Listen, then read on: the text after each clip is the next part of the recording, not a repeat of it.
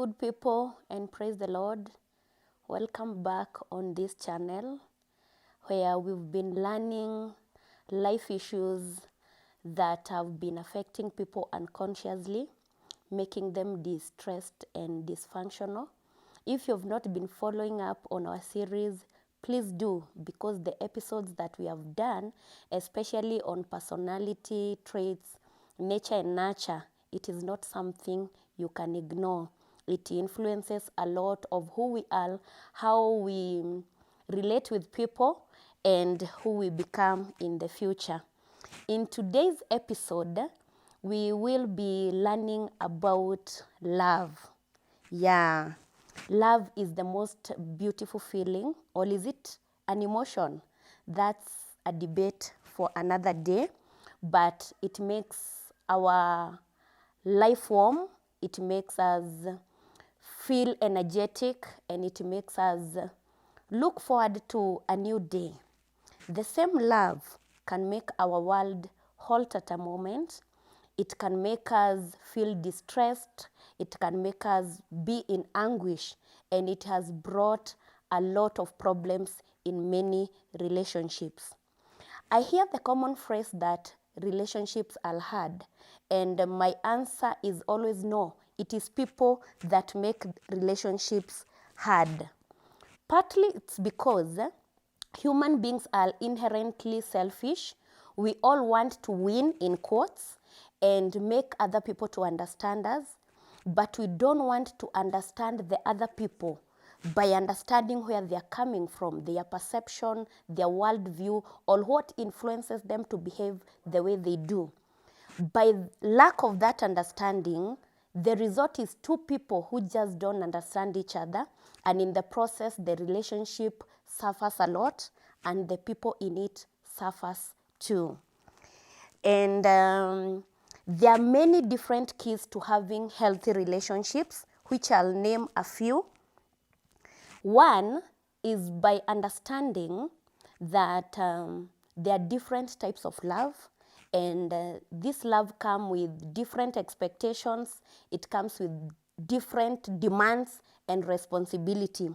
The next key is knowing and understanding that people receive and give love differently. And that's why I said it is good to follow up on our last episode, because the way people give and take love, it is influenced maybe sometimes by unfinished businesses of the past, their personality, and many other factors. In addition, the types of love, because there are many, not everyone have the capability of feeling some types of love. And in that, I will start by defining what love is. Love is broad and can be defined by different people in different ways. And I always say most of these definitions are influenced by who or what you love. I will give those definitions, then I'll be able to top it with the Word of God, which I always feel give a comprehensive definition of what love is. One, love is a great interest or a pleasure in something. Two, love is to like or enjoy very much. And three, love is an intense feeling or deep affection. I love the biblical definition of love because it explains what love is, despite in which dynamic of a relationship you're in. As long as you love someone, I feel these attributes explain it all. And this one I read in 1 Corinthians 13, 4 to 8a. And it says, love is patient and kind. Love does not envy or boast. It is not arrogant or rude. It does not insist on its own way. It is not irritable or resentful. It does not rejoice at wrongdoing, but rejoices with the truth.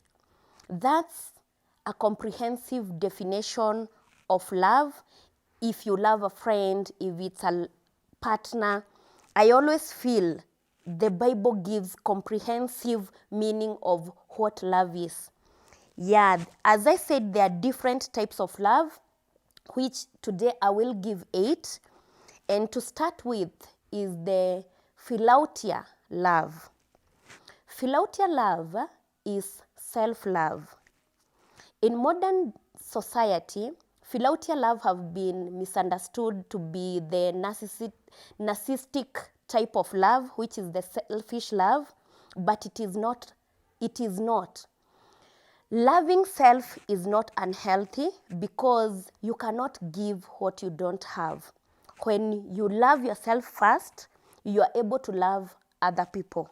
But when you don't love yourself, you cannot give what is not in you. I'll give maybe examples of how you can show self-love. And one is sometimes by knowing who we are, despite what people say about us, is self-love. 2, by not putting a lot of demands or expectations on oneself, demands zingine and expectations that maybe you cannot even be able to meet, is self-love. I always say, even not allowing people to disrespect you is self-love. And many other ways one can show self-love by taking care of yourself physically, emotionally, psychologically, and even spiritually. The next type of love is the filial love. Filial love is the affectionate love. It is the brotherly love. This kind of love is the love between friends. Friends show each other filial love. It is, affection is involved, but there are no sexual attractions toward each other. The next type of love is storge. Storge is more like filial love, but it is different because there are familiar bonds involved. And this is like parent to child kind of love, or the vice versa.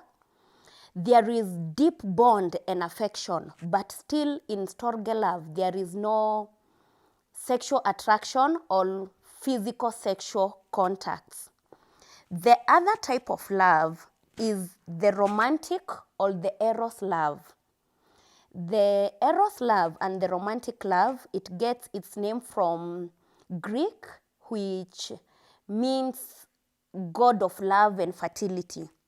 It is the expression of physical attraction and passion and sexual desires to a person. This type of love is hot, it burns bright, but still it dies very quickly. In this type of love, I can be able to answer the question many people, example, ask, if we are in courtship, are we supposed to hold hands? Are we supposed to hug? Ni dhambi? And my answer is no. But through those physical contacts, those hugging, those kisses, you arouse this type of love, and the aftermath is you'll find yourself umekosea Mungu and umejikosea wewe mwenyewe, because this type of love is not supposed to be experienced in courtship. In a marriage setup, I always say the eros and the romantic love, it should thrive in marriage. Hapo ndio the physical, the sexual attraction, the sexual contacts are allowed. But at the same time, you find in marriage, after some time, this type of, this affection, this passion dies, and it should not be the case.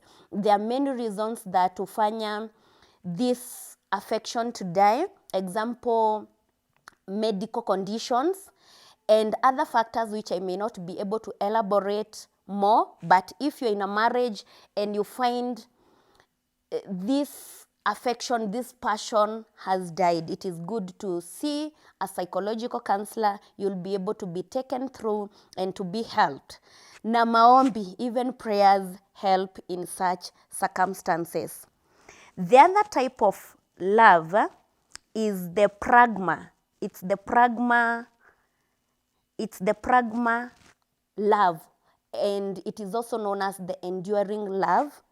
This one is the opposite of eros, the first, and because of it is intensity and passion, it is different.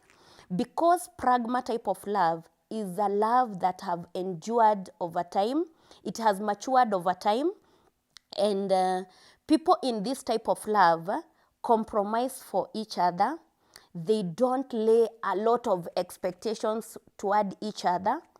They put almost the same effort in making the relationship thrive and to make each other happy. These days and in this era, it is not common because people always believe the grass is greener in the other end. So they don't have the patience to cultivate and to grow this love over time to an extent yenye itafika pragmatic type. Hii type of love is peaceful, there are no quarrels, yani hizi vitu nyingi zenye huletwa na love expectations haziko, na himaanishi inapungukiwa na kitu, but at least people they have loved each other, they have learned each other, na they know what to do and not to do to aggravate the other person. The other type of love is the ludus, or the playful love. It is better described as a spirit. It is better described as a feeling, not a spirit, of infatuation in the early days of romance. Anybody who have been in love, I know they can identify with this feeling. It is it is the butterflies in your stomach. I hear other people say when they see the person they love, the knees become weak. The feeling of feeling you cannot live without the person you love. And studies have shown that when people are experiencing this type of love, the brain is lit up like someone who is high on cocaine. Like huyo mtu ni irrational in a way, energetic energy yenye si ya kawaida. I don't want to mean that drugs give people energy yenye si ya kawaida. It does temporarily, lakini the aftermath of that is terrible. The ludus, or the playful love, is good, but it's for a moment. Si kitu yenye huishi lifetime. And that's why sometimes there are those misconceptions. Una feel like when you see the person you love, you don't feel the butterflies and everything. You think you have sleep out of love. No, it is because maybe the love have matured and sasa hizi butterflies huisha over time.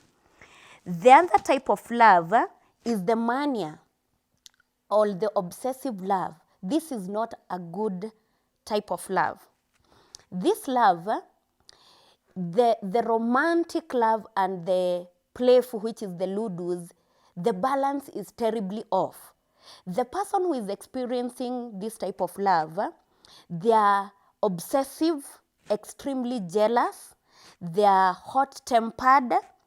It is because the people who mostly experience this type of love, they have low self-esteem. And the fear and insecurities of losing what they love or the person they love makes them do or say things which are not right, or if not controlled, if not kept under control. The mania type of love makes people kill each other. Na they'll think like ni mapenzi, but it is not. And that's why even in early days of courtship or friendship, because even there are friends who experience mania type of love, they don't want to see you with other friends and everything. Those are the red flags. You should seek help, maybe for yourself or the person whom you love, because they can be able to be helped. The other type of love, which is the last one for this episode, is the agape love. This, I call it the spiritual love, and we find it example in John 3:16, which says, "For God so loved the world that he gave his only begotten Son, that whosoever believes in him should not perish, but have everlasting love." This have everlasting life. This is altruistic kind of love. It is selfless. It is unconditional. It is quite radical. And in fact, not many people experience this type of love. And it is quite unfortunate because, like, to us Christians, we should be able to experience this kind of love because Christ himself, and we call ourselves Christian, loved us with this love that he suffered, he was crucified for us. But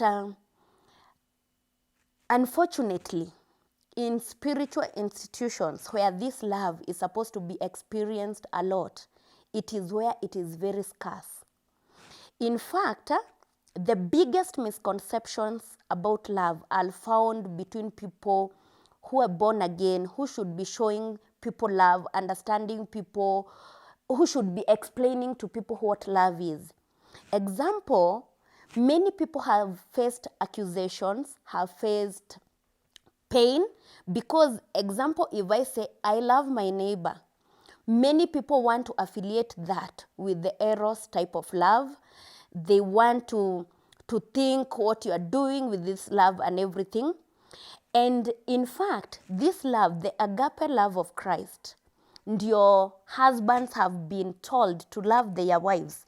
In Ephesians 5:25, it says, husbands should love their wives as Christ loved the church. If we understand the agape love of Christ, it will help us to avoid many issues, the selfishness, the accusations, na vitu nyingi zenye huwa they are associated or affiliated with the love, zitaondoka over time. Love is a beautiful emotion, and with the right informations, it runs the world. But at the same time, without proper informations on love, example, the way we have learned today on the different types of love, it can become a source of pain and anguish to many people. In the next episode, I will be able to elaborate on the love languages, how people and receive love as we enter into the marriage series. But for today, that will be our end.